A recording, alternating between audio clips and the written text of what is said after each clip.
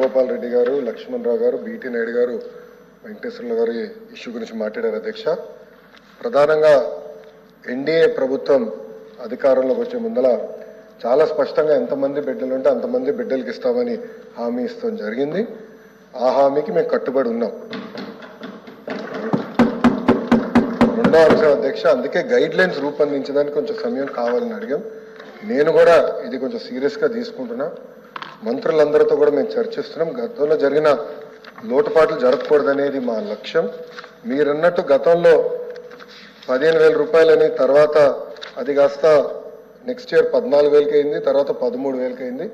1,000 రూపాయలు టీఎంఎఫ్ అన్నారు, ఇంకో 1,000 రూపాయలు ఎస్ఎంఎఫ్ అని అది డబ్బులు తీసుకుంటాం జరిగింది. అంతేకాకుండా ఎలిజిబిలిటీ క్రైటీరియా కూడా మార్చడం జరిగింది అధ్యక్ష.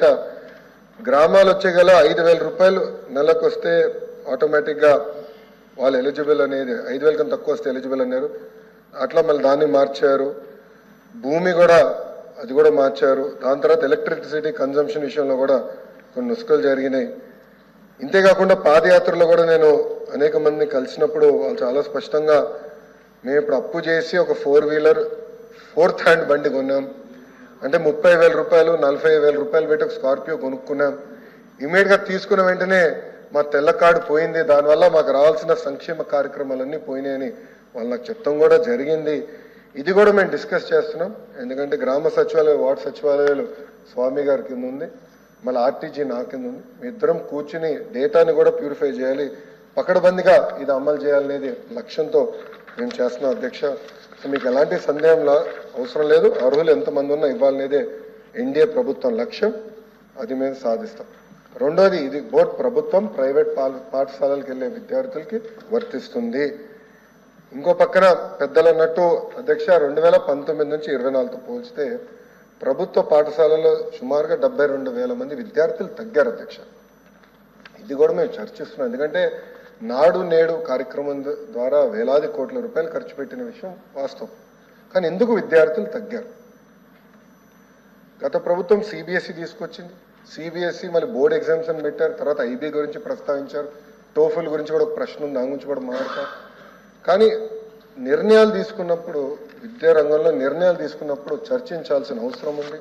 యూనియన్లతో మాట్లాడాలి, ఉపాధ్యాయులతో మాట్లాడాలి, అందరినీ కూర్చోబెట్టి ఆమోద్యమైన పరిష్కారం ఎత్తుకాల్సిన అవసరం ఉంది అధ్యక్ష. నీ జర్క్ రియాక్షన్ తీసుకోవాల్సిన అవసరం లేదు. అందుకే మీరు చూస్తే నేను మంత్రి కరెక్ట్గా ఈ రోజుతో నెల అయింది నేను ఛార్జ్ తీసుకుని.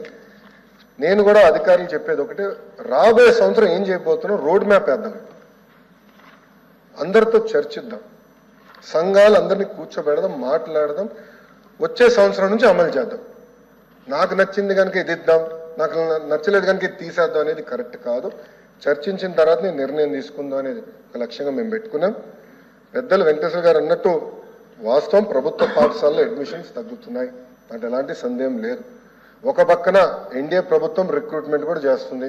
మీరు చూసారు, దాదాపు 16,000 మంది ఉపాధ్యాయుల రిక్రూట్మెంట్కి మేము తొలి అడిగేసాం. అది మేము నెక్స్ట్ అకాడమిక్ ఇయర్కి మేము పూర్తి చేస్తాం. కానీ ఇంకో పక్కన చూస్తే దాదాపు 11,000 పాఠశాలలో 10 కన్నా తక్కువ మంది విద్యార్థులు ఉన్నారు.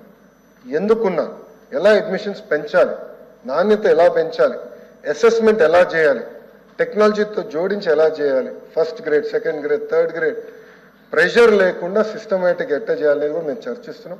పక్క రాష్ట్రాల్లో కూడా ఏం జరుగుతుందో మేము చూస్తున్నాం. అటు ఉత్తరప్రదేశ్లో ఒక మోడల్ ఉంది, ఢిల్లీలో ఒక మోడల్ ఉంది, పక్క రాష్ట్రాల్లో కూడా ఏం జరుగుతుందో అందరం చర్చిస్తున్నాం. అధికారులు కూడా ఒక టీం వేసాం, వాళ్ళు కూడా వెళ్ళి చూస్తున్నారు. వాళ్ళు నివేదిక ఇచ్చినా నేను కూడా వెళ్ళాలనుకుంటున్నా. వెళ్ళి ఏం చేస్తున్నారో మోడల్ చూసి మన రాష్ట్రానికి కరెక్ట్ మోడల్ ఏంటనేది రూపొందించి అది మీ ముందర పెట్టి అందరు అభిప్రాయాలు తీసుకున్న తర్వాత మళ్ళీ ఆంధ్ర రాష్ట్ర ప్రజలు తల్లిదండ్రులు ముందర పెడతా వాళ్ళ అభిప్రాయాలు సేకరించిన తర్వాతనే వచ్చే అకాడమిక్ ఇయర్ నుంచి మేము అమలు చేస్తాం.